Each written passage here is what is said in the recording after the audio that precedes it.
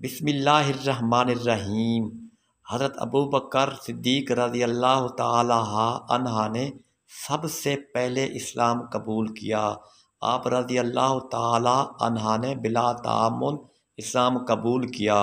تاریخ اسلام کے شہ سوار حضرت ابو بکر رضی اللہ تعالی عنہ نے ایک دن قریش کی زبانی ایک بات سنی، جس کی وجہ سے قریش کے لوگ آپ رضی اللہ تعالی عنہ کے رفیق و صدیق محمد امین صلی اللہ علیہ وآلہ وسلم کو طعن و تشفیع کر رہے تھے۔ آپ رضی اللہ تعالی عنہ فوراً آن حضور صلی اللہ علیہ وآلہ وسلم کے پاس پہنچے اور دو زانو ہو کر نرم انداز میں آپ صلی اللہ علیہ وآلہ وسلم سے دریافت کرنے لگے، اے محمد صلی اللہ علیہ وآلہ وسلم، قریش مکہ جو کہہ رہے ہیں کہ آپ صلی اللہ علیہ وآلہ وسلم نے ان کے معبودوں کو چھوڑ دیا ہے اور ان کو بے وقوف قرار دیا ہے، کیا یہ بات حق اور درست ہے؟ حضور اقدس صلی اللہ علیہ وآلہ وسلم نے فرمایا، ہاں، میں اللہ کا رسول صلی اللہ علیہ وآلہ وسلم اور اس کا پیغمبر ہوں۔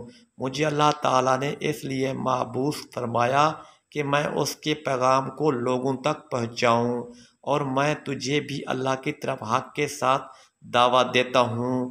خدا گواہ ہے کہ یہ بات حق ہے۔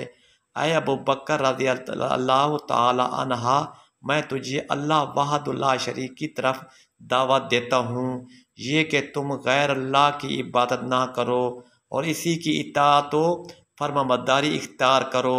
چنانچہ حضرت ابو بکر صدیق رضی اللہ تعالی عنہ مسلمان ہو گئے۔ انہوں نے اسلام قبول کرنے میں ذرہ بھی دیر نہیں کی، اس لیے کہ وہ حضور صلی اللہ علیہ وآلہ وسلم کے سچے ہونے، آپ صلی اللہ علیہ وآلہ وسلم کے حسن فطرت اور عمدہ اخلاق سے واقف تھے۔ جب آپ رضی اللہ تعالی عنہ نے لوگوں کی بات کو نہیں جھٹلایا تو بھلا اللہ تعالیٰ کی بات کو کیسے جھٹلاتے؟